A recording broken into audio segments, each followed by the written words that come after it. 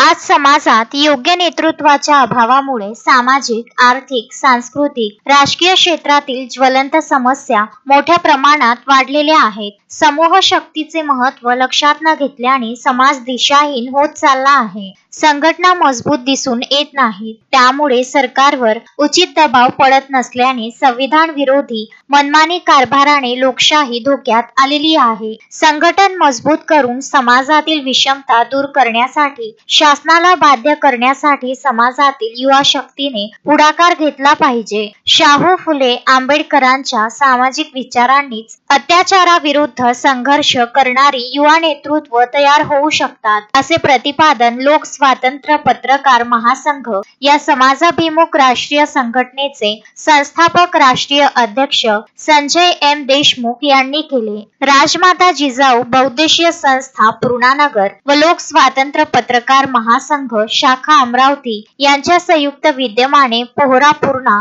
आसेगाव पूर्णा येथे परिसंवादामध्ये ते बोलत होते. यावेळी lady governor doctor Kamal Gavai या कार्यक्रमाच्या उद्घाटिका तर भदंत बुद्धघोष महाथेरो अध्यक्षस्थानी होते. प्रमुख अतिथी म्हणून लोक स्वातंत्र्य उपाध्यक्ष प्रदीप खाडे, राष्ट्रीय पदाधिकारी पुष्पराज गावंडे, केंद्रीय सचिव राजेंद्र देशमुख उपस्थित होते. अमरावती जिल्हाध्यक्ष संजय देशमुख, अख्तर काझी, राहुल वाघपांजर, ॲडव्होकेट दीपक सरदार यांची यावेळी विचार मंचावर प्रमुख उपस्थिती होती. सर्वप्रथम मान्यवरांनी महात्मा फुले, शाहू महाराज, छत्रपती शिवाजी महाराज, डॉक्टर बाबासाहेब आंबेडकर यांच्या प्रतिमेचे पूजन केले. संजय सरवटकर यांच्या वाढदिवसाच्या निमित्ताने त्यांच्या हस्ते केक कापण्यात आला. कार्यक्रमाचे प्रास्ताविक संजय सरवटकर, संचालन YM रामटेके तर आभार प्रदर्शन भारत वळठे यांनी केले.